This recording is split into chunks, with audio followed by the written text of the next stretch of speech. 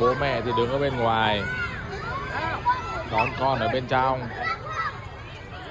Đây, cứ ai đến thì sẽ đi tìm con để đón.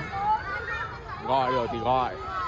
Hôm nay bạn Minh Nhật có điện thoại nghe gọi nhưng mà lại tắt, vẫn đang ngồi trong kia chơi mải mê với các bạn.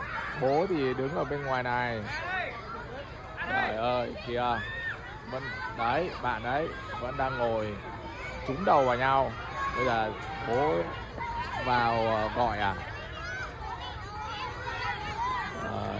Đây cảnh chim non, các con chim già đón ở bên ngoài đây.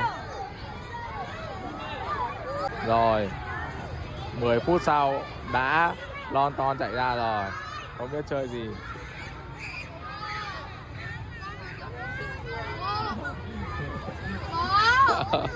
Anh bạn này rồi, yeah.